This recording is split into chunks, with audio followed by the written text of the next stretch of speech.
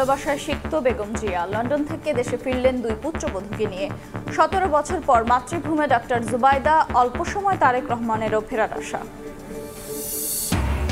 নতুন বাংলাদেশে স্বৈরতান্ত্রিক কাঠামোর বিলোপ চায় এনসিপি, মৌলিক সংস্কারে 75 প্রস্তাব।